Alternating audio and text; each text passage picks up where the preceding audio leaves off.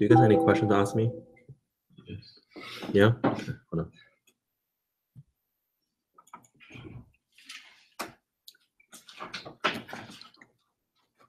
What's the question? Can you show me? Okay.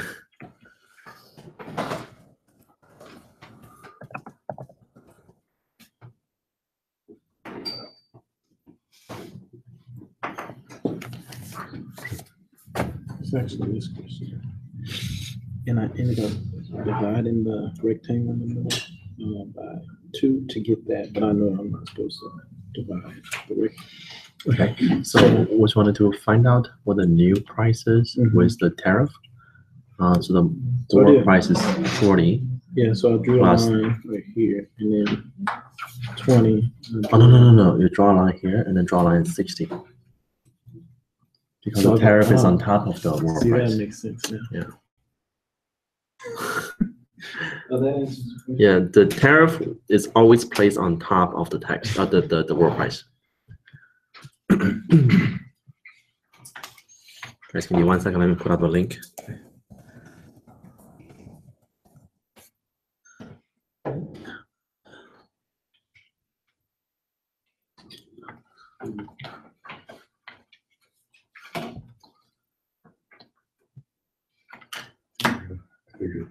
Yeah. If you said it, they click. So it's different price, different price. Divided by 2. I thought that another bit was from there. I just do that one. But I was doing this. Bottom.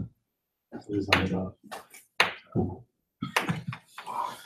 So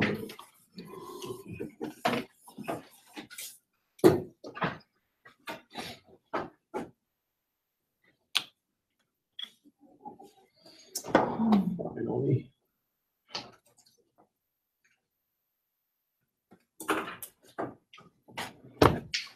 Hey guys, remember after the test today, you still have 2 more tries online. So go ahead, give it a try, see if you get better or not. Okay. It's more questions online? 50 questions. 50. But you have more times. Online, you have 2 hours. And then this time, I think the online test is a little bit easier than this one.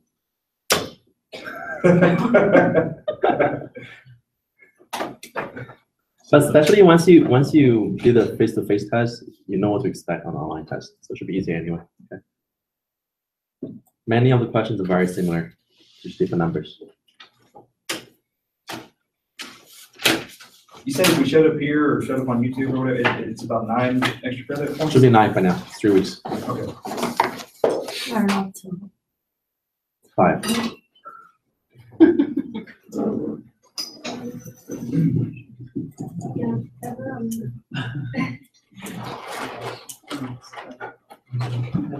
Okay, still loading.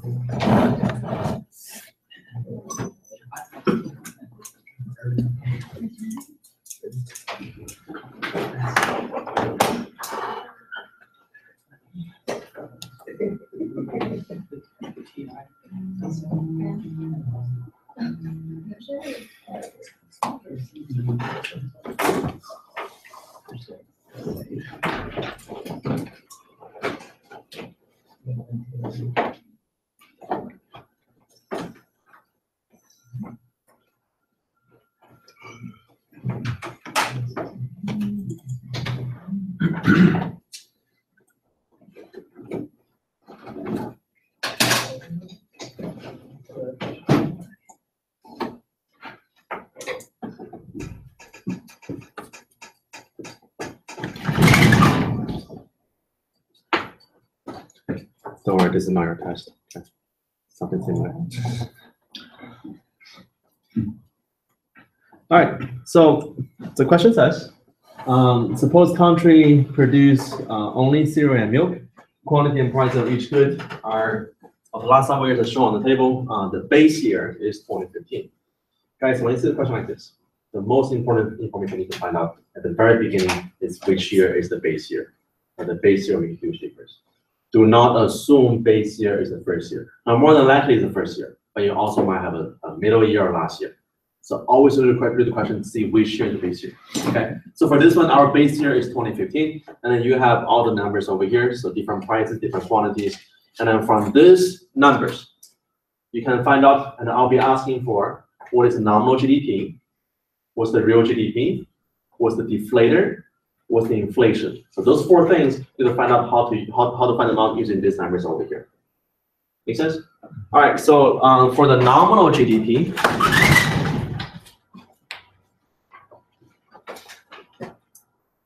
nominal GDP, over here.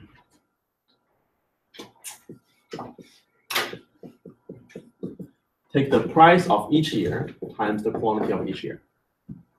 So the nominal GDP for 2015 is going to be 4 times 100 plus $1.50 times 180. So take the price of each year times the quantity, and that will give you your nominal GDP.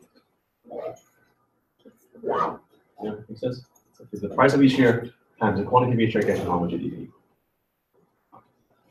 And then for 2016, same thing. So price of $4 times $2 times, so go to your nominal GDP.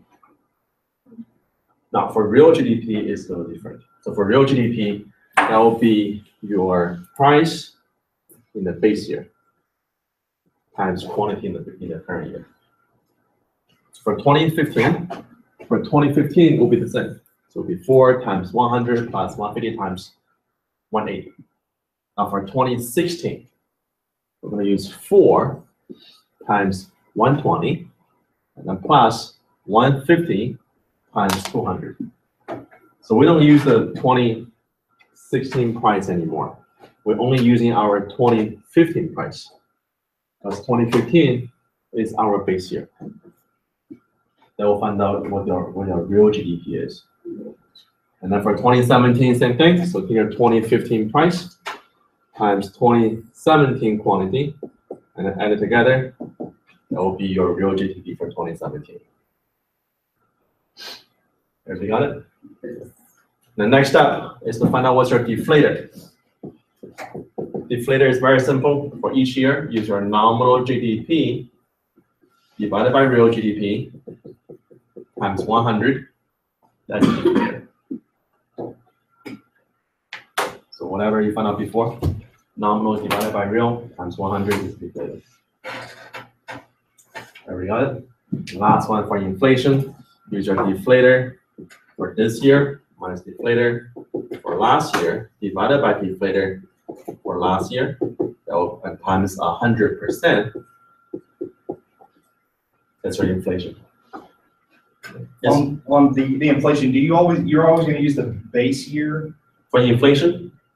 You said you subtract last year, divide by last year, so it's not necessarily not the base year, it's the last year. It's so the last year. If you're doing inflation for 2018, use your deflator in 18 minus deflator in 17, and then divide by deflator in 17. The base year, that's only important for the real GDP. But only for real GDP, then we go back to our base year prices. After the base year, after real GDP, you don't use the base year anymore. So okay. Deflator this year minus last year over last year times 100%. That's your inflation. This year minus this year. One more time, what is it? This year minus this year over last. No, this year minus last year. Yeah, this year minus last year Okay. divided by last year. Okay. So new minus old divided by old. Are we gonna have a question where we need to figure inflation for a 5-year period, or it'll just be from Just 1 year. 1 year to 1 year? Another question is Divided by last year. So new minus old divided by old. Yeah. So this year over last year. This year minus last year over last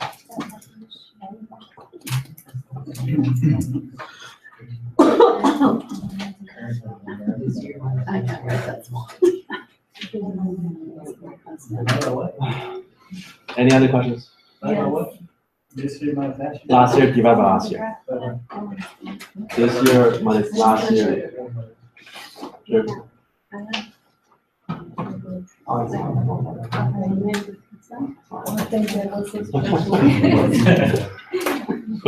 Can you show us an example of consumer surplus, producer surplus, where there's trade involved and a tariff involved?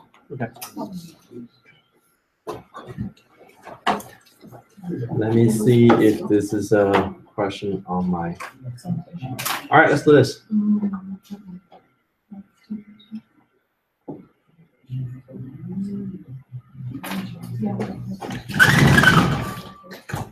All right, so guys, for this economy here, how much was the economy's domestic price before trade?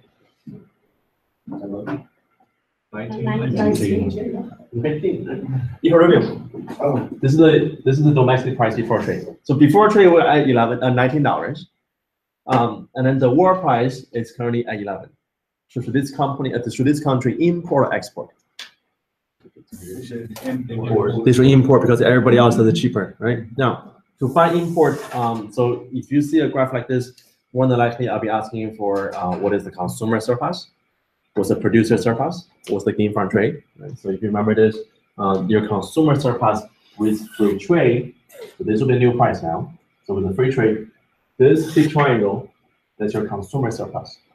And then this smaller triangle, that's your producer surplus. And then together, this big thing over here, that's your total surplus. Okay. And then this is the triangle, we call this gains from trade. Because before trade, we don't have this. Before trade was only this triangle here. But now with trade, we have it. That's called gain from trade. Yes? And to determine the exact value, it'd be like, where the wood price is, that's like 11 minus, like 19? 1. Yeah. Yeah, so let me find this area. 19 minus 11 or something like Find that. this here. Okay, so vertical difference times horizontal difference divided by 2. Is that a triangle? Okay, so vertical difference times horizontal difference divided by 2. Now, and the next, let's suppose we put a tariff on this market. Let's suppose the tariff is only, let's do it $5. So $5 tariff. So do a $5 tariff. Now, your current price, floor price is $11. If you do a $5 tariff, you're going to be at $16. So draw a line at $16. This is our tariff plus floor price. That's how much consumers will pay once they have a tariff on it. So at this point, your new consumer surplus will be this triangle here. Let's call this A. That's your consumer surplus. Your new producer surplus will be this area over here. That's your producer surplus. And then we also have a tariff revenue, because tariff is a tax. When government collects tax on it, there's a revenue for it. So the tariff revenue, so this difference here, that is our tax revenue or tariff revenue. How much tax government collects. Because that's how much import you have. For this number of import times your tariff, $5 each, that's how much total tariff we have. And then we should, yeah, so we should need this small triangle here. This one here. That's our debt loss. That means we don't have them anymore. They're lost forever. Make sense? So with tariff, who is better off? Whoever's collecting that tax. So government, who else? Producers. The producer is better off. Because before tariff, producer surplus is this area here. But now with the tariff, they have a bigger surplus. The idea of a tariff is that we're going to make everything produced overseas less competitive. So this way, give our US companies a chance to compete. So the tariff will always try to protect your domestic producers. Is it? Any other questions?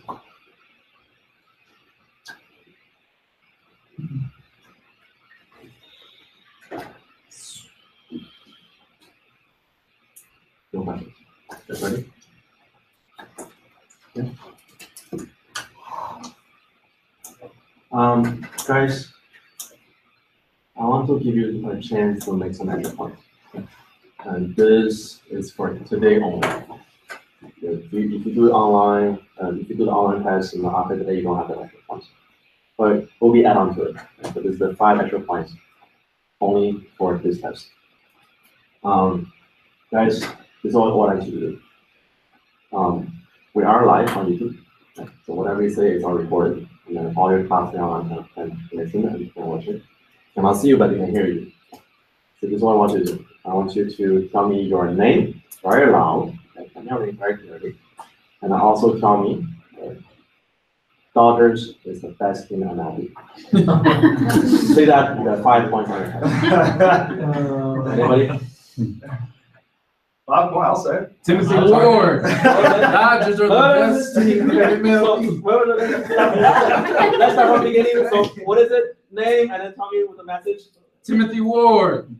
The Dodgers are the best team in the MLB. All right, who's next? Well, Leo Rangel, the Dodgers are the best team in the league. okay, who else? Okay, David Gendron. The Dodgers are the best team in the league. okay, Carlos Gomez, the best team in the MLB, the Dodgers. all right, Aaron Ignacio, the best team in the MLB is the Los Angeles Dodgers. okay, Stan Barkley, the Los Angeles Dodgers are the best team. Okay. Major League Baseball. The Dodgers are the best team in MLB. okay, Emma Tovar, the Dodgers are the best team in the MLB. all right, Jordan Ornelas, the Dodgers are the best team in the MLB. okay, yeah. Evan Portillo. The Dodgers are the best team. Wait, I didn't hear. Louder, didn't hear. That was like 2 points worth right there. Evan Portillo, the Dodgers are the best team in the league. All right, very good. Next. Who's next? Okay, Christina Dawson, Dodgers are the best team. okay. Carla Reina, the Dodgers are the best team of the league. Okay, last one. My name is Nate Smith, and the Dodgers are the best team in the league. All right, I got everybody, all right? Sure, okay, very good. Guys, if you're watching this online live, put it down in the comment section. Then I will give you 5 points on your test. Okay, so only in the comment section. All right, you guys ready for the test? Yes? Anyway, right? Okay. So put away everything. Only have your test. Wait, test. Only have your cheat sheet, your Scantron, your paper. Oh, if you don't have a Scantron, don't worry about it. You can just run on the test. Okay. All right, let's get started.